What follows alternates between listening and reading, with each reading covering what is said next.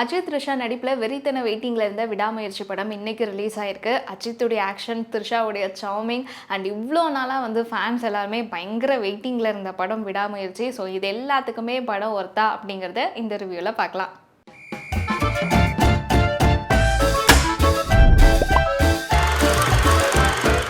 விடாமுயற்சி படத்துடைய சிம்பிளான ஒன்லைன் என்ன அப்படிங்கிறத பார்க்கலாம். ஒரு பெரிய நிறுவனத்தில் வேலை பார்த்துட்டு இருக்க அஜித் அண்ட் த்ரிஷா 2 பேருமே லவ் பண்ணி கல்யாணம் பண்ணிக்கிறாங்க. ஸோ ரொம்ப ஸ்மூத்தாக போயிட்டு இருக்க இவங்களுடைய லைஃப்பில் ஒரு கட்டத்தில் மிஸ் அண்டர்ஸ்டாண்டிங் வருது. 2 பேருமே பிரிஞ்சதெல்லாம் டிவோர்ஸ் அப்படிங்கிற ஒரு சுச்சுவேஷனுக்கு தள்ளப்படுறாங்க.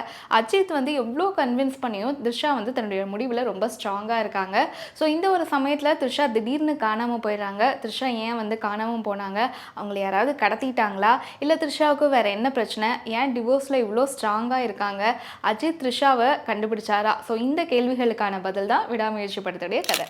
படத்துடைய ப்ளஸ் என்ன அப்படின்னு சொல்லி பார்த்தோம்னா அதனுடைய மேக்கிங் தான். ஸோ படம் முழுக்கவே டெக்னிக்கல் ஸ்டாண்டர்டும் மேக்கிங்கும் தெரிக்குது. ஃபர்ஸ்ட் ஹாஃபில் வர மெயின் கேரக்டர்ஸ்லாம் யார் அப்படின்னு சொல்லி பார்த்தோம்னா அஜித், த்ரிஷா, ஆரவ், ரெஜினா, அர்ஜுன். ஸோ இவங்கெல்லாம் தான் மெயின் கேரக்டர்ஸாக வராங்க. ஸோ இவங்க எல்லாருமே அவங்கவுங்க கேரக்டருக்கு ஏற்ற நடிப்பை சரியாக கொடுத்துருக்காங்க. குறிப்பாக இந்த கதையை ஒன் மேன் ஆர்மியாக தூக்கி சுமக்கிறது யார் அப்படின்னு சொல்லி பார்த்தோம்னா அஜித் தான். ஸோ மனைவி மேலே குறையாத பிரியம், எமோஷ்னல் காட்சிகளில் மனைவியை காணோம் அப்படின்னு சொல்லி உடஞ்சு அழுவுறது. ஸோ இந்த மாதிரியான காட்சிகள் எல்லாத்துலேயுமே ஸ்கோர் பண்ணியிருக்காரு. த்ரிஷாவை விடவும் ரெஜினாவுக்கு ஒரு இம்பார்ட்டண்ட்டான கேரக்டர். ஸோ அதை அவங்க கரெக்டாக கேரி பண்ணியிருக்காங்க. அண்ட் ஆரவை நெகட்டிவ் கேரக்டரில் இன்னும் கொஞ்சம் ஸ்ட்ராங்காக யூஸ் பண்ணியிருக்கலாமோ அப்படிங்கிற ஒரு ஃபீல் கண்டிப்பாக இருக்குது. அண்ட் அர்ஜுன் ஆஸ் யூஷுவல் மிரட்டியிருக்காரு. ஸோ நம்ம ஸ்டார்டிங்லேயே சொன்ன மாதிரி படத்துடைய ப்ளஸ் என்ன அப்படின்னு சொல்லி பார்த்தோம்னா அதனுடைய டெக்னிக்கல் டீம் தான். குறிப்பாக இந்த படத்தில் அசர்பைசான் ரொம்ப ட்ரையான ஏரியாவாக தான் காட்டுறாங்க. பட் அந்த விஷுவல்ஸுமே நமக்கு எந்த ஒரு இடத்துலையுமே ஒரு டல்லாவோ போர் அடிக்காத அளவுக்கு ஒரு சூப்பரான சினிமோட்டோகிராஃபி ஓம் பிரகாஷ் கொடுத்துருக்காரு. குறிப்பாக இந்த படத்துடைய ஷூட்டிங் போது நமக்கு ஒரு வீடியோ பயங்கரமாக வைரலாக போச்சு இல்லையா? அஜித் அண்ட் ஆரவ் 2 பேருமே காருக்குள்ளே போய் ஒரு ஸ்டண்ட் பண்ணும்போது ஆக்சிடென்ட் ஆச்சு அப்படின்னு சொல்லிட்டு அந்த சீன் படத்தில் எக்ஸ்ட்ராடினரியாக வந்திருக்கு. குறிப்பாக அதுக்கான சினிமோட்டோகிராஃபியும் ஸ்டண்ட்டும் தியேட்ரிக்கலாக ஒரு விஷுவல் ட்ரீட் அப்படின்னு சொல்லலாம். படம் முழுக்கவே அஜித் அப்படிங்கிற அந்த மாஸ் ஹீரோவுக்கான வழக்கமான எந்த ஒரு கமர்ஷியல் பில்டப்பும் இல்லாமல் அந்த கதைக்கு என்ன தேவையோ அந்த சுச்சுவேஷனில் ஒரு காமன் மேன் இருந்தால் என்ன ஒரு ரியாக்ட் பண்ணுவாரோ ஸோ அந்த ஒரு அண்டர்பிளே தான் பண்ணியிருக்காரு மகிழ் திருமேனி. ஸோ அஜித் மாதிரியான ஒரு மாஸ் ஹீரோவும் கதைக்கு தனக்கு என்ன தேவைங்கிறத புரிஞ்சுக்கிட்டு இந்த இடத்துல செய்ய ஒத்துக்கிட்டது அப்படிங்கிறது ஒரு வரவேற்கத்தக்க விஷயம். பட் மேபி அஜித் ஃபேன்ஸுக்கு இந்த விஷயங்கள்லாம் என்ன நம்ம எதிர்பார்த்த அந்த தியேட்ரிக்கல் மூமெண்ட்ஸ்லாம் நிறைய இல்லையே அப்படிங்கிற ஒரு சின்ன டிசப்பாயின்மெண்ட் இருக்கலாம். பட் அதை ஈக்குவல் பண்ணுற மாதிரி செகண்ட் ஹாஃபில் சின்ன சின்ன ஆக்ஷன் மூமெண்ட்ஸ்லாம் வச்சு சுப்ரீம் சுந்தர் மாஸ்டர் கலக்கியிருக்காரு. அனிருத்தோட மியூசிக் இந்த கதைக்கு என்ன தேவையோ அதை கரெக்டாக கன்வே பண்ணியிருக்கு. சில சீன்ஸ்லாம் ரொம்ப ஸ்லோவாக நகரும் போது அதை நமக்கு அனிருத் தான் பரபரன்னு ஒரு பிஜிஎம் கொடுத்து காப்பாற்றிருக்காரு அப்படின்னு சொல்லணும். படத்தில் ஹிட்டான சவதிகா பாட்டு படம் ஸ்டார்ட் ஆகும் போதே வந்துடுது. அண்ட் அதுக்கப்புறம் கதையில் தீம் சாங்ஸ் தான் நிறையவே இருக்குது. அதுவுமே கதைக்கு தேவையான ஒரு மூடை செட் பண்ணி கொடுத்துருக்கு.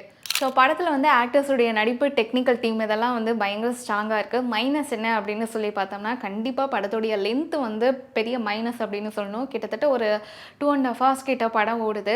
அந்தளவுக்கு இழுக்காமல் ஷார்ட் அண்ட் கிறிஸ்பாக சொல்கிறதுக்கான நிறைய ஸ்பேஸ் படத்தில் இருக்குது. பட் அதெல்லாம் இல்லாமல் ஆக்ஷன் சீன்ஸே நிறைய டைம் ரொம்ப லென்த்தியாக இழுத்துட்டு போயிட்டாங்களோ செகண்ட் ஹாஃபில் அப்படிங்கிற ஒரு ஃபீல் இருக்குது. அது இல்லாமல் ஃபஸ்ட் ஹாஃப்மே ரொம்ப ஸ்லோவாக தான் நகருது. குறிப்பாக படம் ஸ்டார்ட் ஆகி ஒரு மணி நேரத்தில் அஜித் அண்ட் த்ரிஷாவுக்கு இடையில லவ் சீன்ஸ்லாம் வரும்.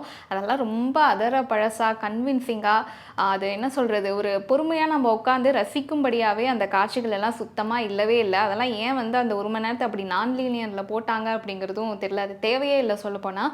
அதே மாதிரி அஜித் வெயிட் லாஸ் பண்ணியிருக்காரு. அதுவுமே இந்த கதைக்கு எந்த ஒரு இடத்துலையுமே ஹெல்ப் பண்ணாத போது அது எதுக்கு அப்படிங்கிற ஒரு சின்ன கொஷினும் கண்டிப்பாக இருக்க தான் செய்யுது. ஸோ ஃபஸ்ட் ஹாஃபில் கதை கொஞ்சம் ஸ்லோவாக போகுது. இன்டர்வல்ல ஒரு ட்விஸ்ட் அப்படிங்கிற ஒரு விஷயம் வருது. அதுவுமே பெருசாக கன்வின்சிங்காக இல்லை.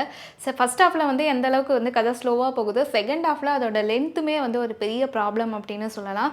ஸோ ஃபஸ்ட் ஹாஃபில் இருக்கிற மாதிரியே செகண்ட் ஹாஃப்லேயும் கிளைமேக்ஸ் இதுதான் இப்படி தான் நடக்க போகுது அப்படிங்கிறது ஈஸியாக கெஸ் பண்ணக்கூடிய ஒரு நார்மலான கதை இது அப்படிங்கும்போது ஸோ செகண்ட் ஹாஃபில் அந்த ஆக்ஷன் சீன்ஸுக்கான அந்த லென்த் அப்படிங்கிறது கம்மி பண்ணியிருக்கலாம். அது இல்லாமல் ரொம்ப நேரம் இழுத்துட்டு போகிறது அப்படிங்கிறது கண்டிப்பாக போரிங்கான ஒரு விஷயமாக தான் இருக்குது.